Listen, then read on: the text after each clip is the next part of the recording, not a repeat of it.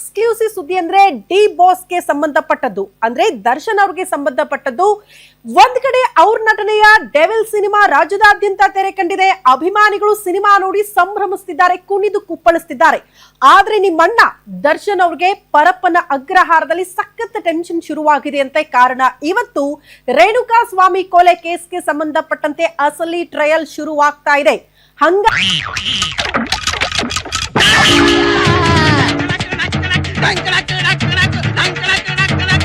ಹಾಗೆ ರಾತ್ರಿ ಇಡೀ ನಿದ್ದೆ ಇಲ್ಲ, ಬೆಳಗ್ಗೆ ಬೇಗ ಎದ್ದಿದ್ದಾರೆ, ವಾಕಿಂಗ್ ಇಲ್ಲ, ಜಸ್ಟ್ ದೇವರ ಮೊರೆ ಹೋಗಿದ್ದಾರಂತೆ ದರ್ಶನ್ ಜೈಲಲ್ಲಿ. ಯಾಕೆ ಇಷ್ಟರ ಮಟ್ಟಿಗೆ ಟೆನ್ಷನ್ ಇದೆ? ಟ್ರಯಲ್ ಪ್ರಾರಂಭ ಆದ್ರೆ ಯಾಕೆ ಸಂಕಷ್ಟ ಎದುರಾಗುತ್ತೆ? ಇದರ ಮೇಲೇನೆ ಕಂಪ್ಲೀಟ್ ಆಗಿ ಆರೋಪಿಗಳ ಭವಿಷ್ಯ ನಿಂತಿರೋದು. ಟ್ರಯಲ್ ಮೇಲೇನೆ ಬಂದು ಬೆಳಿಗ್ಗೆ ಬೆಳಿಗ್ಗೆ ಒಂದು ವಿಕೆಟ್ ಬೀಳ್ಸ್ಬಿಟ್ರಾ? ಸಾಕ್ಷಿದಾರರು ಏನ್ ಹೇಳಿಕೆ ಕೊಡ್ತಾರೆ, ಏನ್ ಪ್ರಕ್ರಿಯೆ ಆಗುತ್ತಲ್ಲ ಅದರ ಮೇಲೆ ಆರೋಪಿಗಳ ಭವಿಷ್ಯ ನಿರ್ಧಾರ ಆಗುತ್ತೆ. ಹಂಗಾಗಿ ಟೆನ್ಷನ್ ಇದೆ. ಹೊರಗಡೆ ಡೆವಿಲ್ ಸಿನಿಮಾ ಸಂಭ್ರಮ, ಬಟ್ ಒಳಗಡೆ ದರ್ಶನ್ ಅವರು ಬಿಲ ಅಂತ ಒದ್ದಾಡ್ತಿದ್ದಾರೆ. ಲೇ ಕಲ್ಲು, ನೀನೀಗ ಅಲ್ಲಾಡ್ದೆ ಮಾತಾಡದೆ ಕೂತಿದ್ರೆ ಗೆದ್ದು ಹಿಡಿದ್ಬಿಡುತ್ತೆ.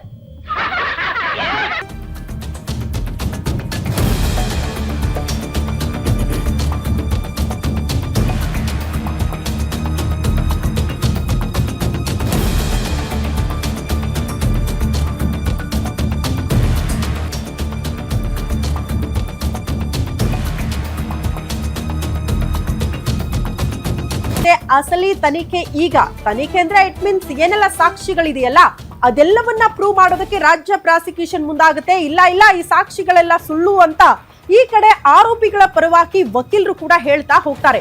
ಬಟ್ ಎನಿವೆ, ಯಾವತ್ತು ವಾಹನಗಳು ಓಡಾಡಕ್ ಪ್ರಾರಂಭವಾದವು ಅವತ್ತೇ ಅಪಘಾತಗಳು ಪ್ರಾರಂಭವಾದವು. ಅಪಘಾತಕ್ಕೆ ನಾನಾ ಕಾರಣಗಳಿರಬಹುದು. ದರ್ಶನ್ ಅಭಿಮಾನಿಗಳು, ದರ್ಶನ್ ಆಪ್ತರು, ಇವನ್ ದರ್ಶನ್ ಸೇರಿದಂತೆ ಎಲ್ಲರಿಗೂ ಕೂಡ ಟೆನ್ಷನ್ ಇದೆ. ಇರುವಂತಹ ಸಾಕ್ಷಿಗಳು ಸಾಬೀತಾಗ್ಬಿಟ್ರೆ, ಈ ಕೊಲೆ ಆರೋಪ ಇಟ್ ಸಪೋಸ್ ಸಾಬೀತಾಗ್ಬಿಟ್ರೆ ಮುಂದೇನು ಅನ್ನುವಂತಹ ಟೆನ್ಷನ್ ಕಾಡ್ತಾ ಇದೆಯಂತೆ. ದರ್ಶನ್ ಸೇರಿದಂತೆ, ಪವಿತ್ರ ಗೌಡ ಸೇರಿದಂತೆ ಅಷ್ಟು ಜನ ಆರೋಪಿಗಳಿಗೆ.